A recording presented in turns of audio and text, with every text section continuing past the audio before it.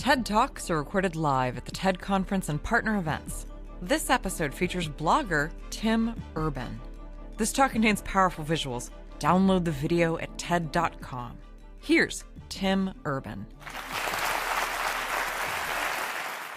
So in college, I was a government major, which means I had to write a lot of papers. Now, when a normal student writes a paper, they might spread the work out a little like this. So, you get started maybe a little slowly, but you get enough done in the first week that with some heavier days later on, everything gets done and things stay civil. And I would want to do that like that. That would be the plan. I would have it all ready to go, but then actually the paper would come along, and then I would kind of do this. And that would happen every single paper. But then came my 90-page senior thesis, a paper you're supposed to spend a year on.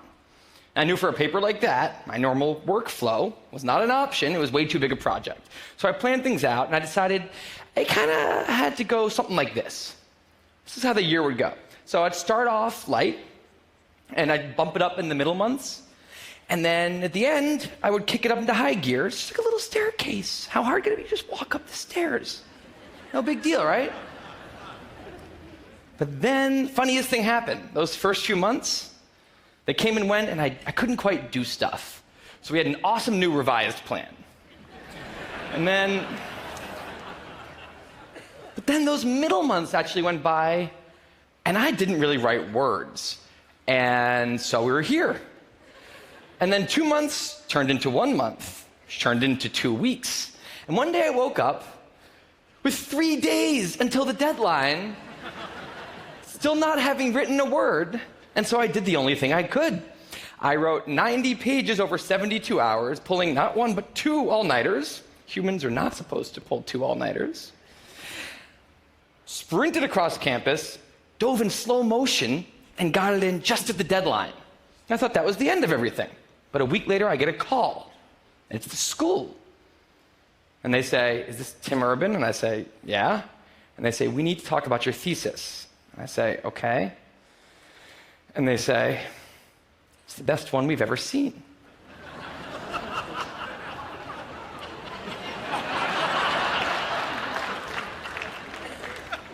That did not happen. It was a very, very bad thesis. I just wanted to enjoy that one moment when all of you thought, "This guy is amazing." No, it was very, very bad. Anyway, today I'm a writer, blogger guy. I write the blog Wait, But Why? And a couple of years ago, I decided to write about procrastination. My behavior has always perplexed the non-procrastinators around me, and I wanted to explain to the non-procrastinators of the world what goes on in the heads of procrastinators and why we are the way we are. Now, I had a hypothesis that the brains of procrastinators were actually different than the brains of other people. And to test this, I found an MRI lab that actually let me scan both my brain and the brain of a proven non-procrastinator, so I could compare them, and I actually brought them here to show you today, and I want you to take a look carefully to see if you can notice a difference. And I know that if you're not a trained brain expert, it's not that obvious, but just take a look, okay? So here's the brain of a non-procrastinator. Now, here's my brain.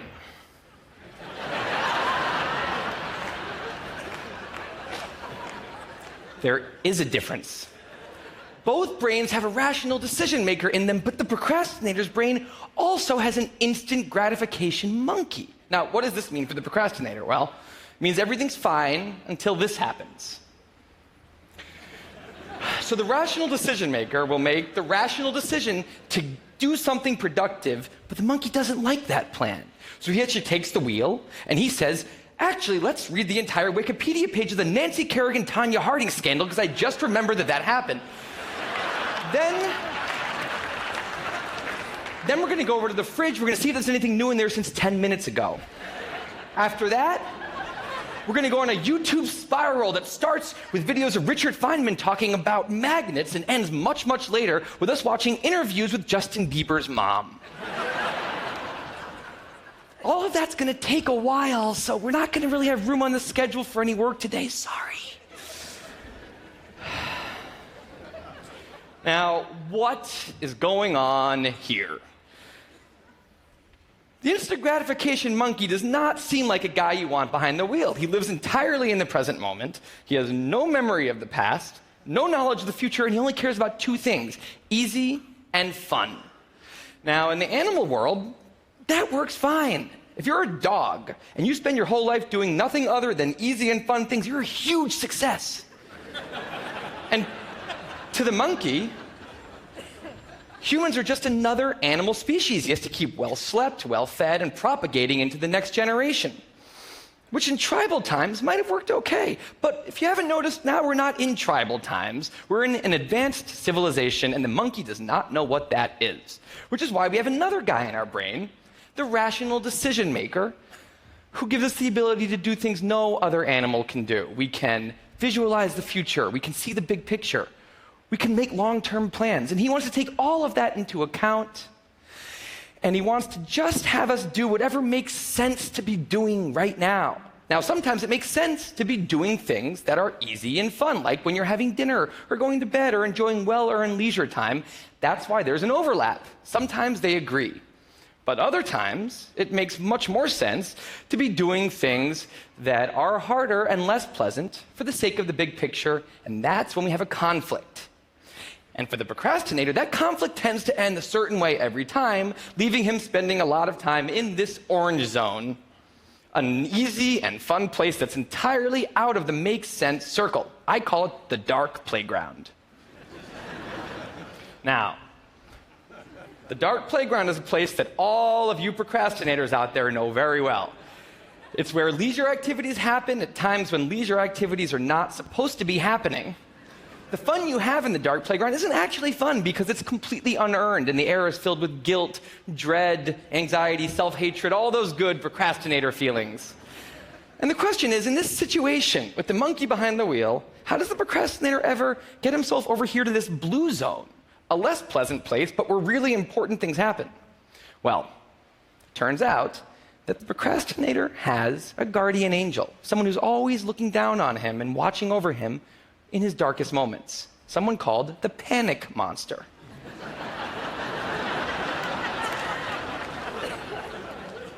Now, the panic monster is dormant most of the time, but he suddenly wakes up anytime a deadline gets too close or there's danger of public embarrassment, a career disaster, or some other scary consequence. And importantly, he's the only thing that the monkey is terrified of.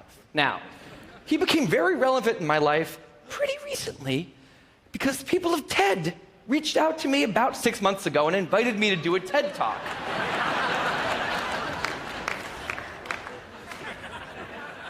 Now, of course, I said yes. It's always been a dream of mine to have done a TED Talk in the past.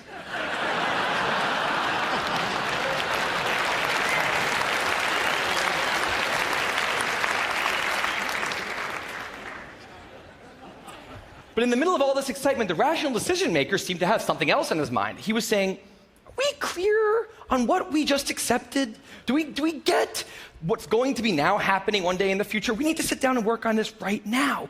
And the monkey said, totally agree, but also let's just open Google Earth and let's zoom into the bottom of India, like 200 feet above the ground, and we're going to scroll up for 2.5 hours till we get to the top of the country so we can get a better feel for India.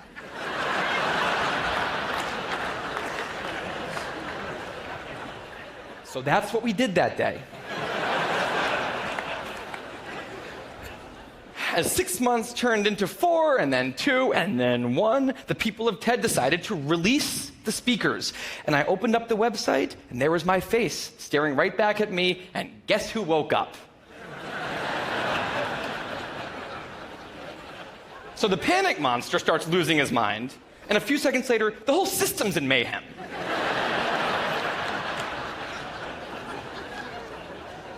And the monkey, who, remember, he's terrified of the panic monster, boom, he's up the tree.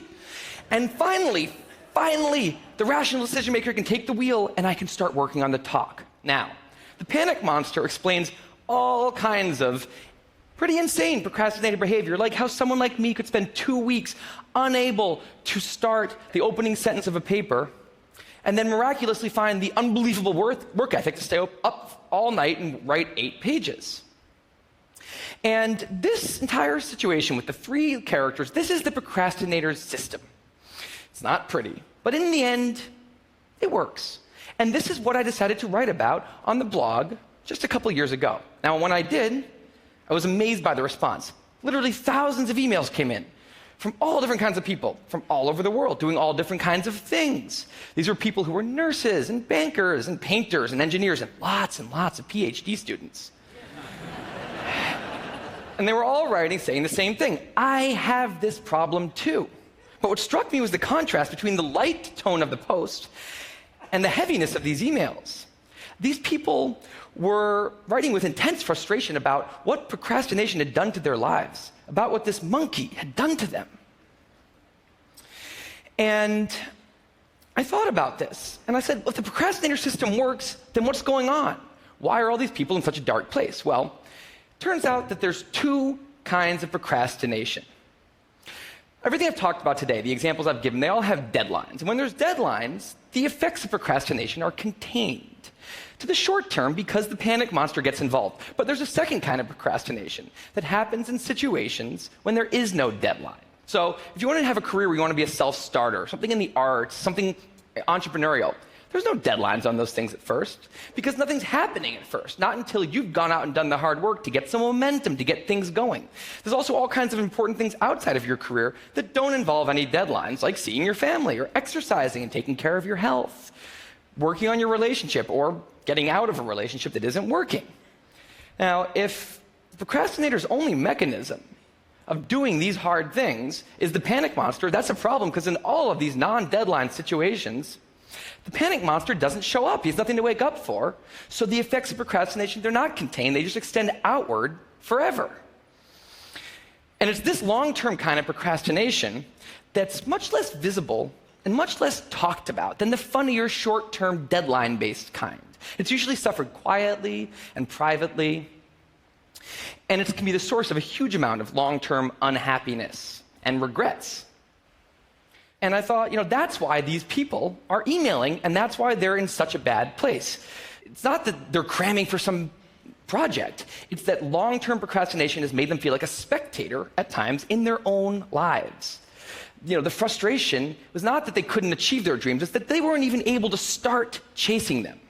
So I read these emails and I had a little bit of an epiphany that I don't think non-procrastinators exist. That's right. I think all of you are procrastinators. Now, you might not all be a mess, like some of us. And some of you may have a healthy relationship with deadlines. But remember, the monkey's sneakiest trick is when the deadlines aren't there. Now, I want to show you one last thing. I call this a life calendar. That's one box for every week of a 90-year life. That's not that many boxes, especially since we've already used a bunch of those. So I think we need to all take a long, hard look at that calendar. And we need to think about what we're really procrastinating on, because everyone is procrastinating on something in life. We need to stay aware of the instant gratification monkey. That's a job for all of us. And because there's not that many boxes on there, it's a job that should probably start today. Well, maybe not today, but sometime soon. Thank you.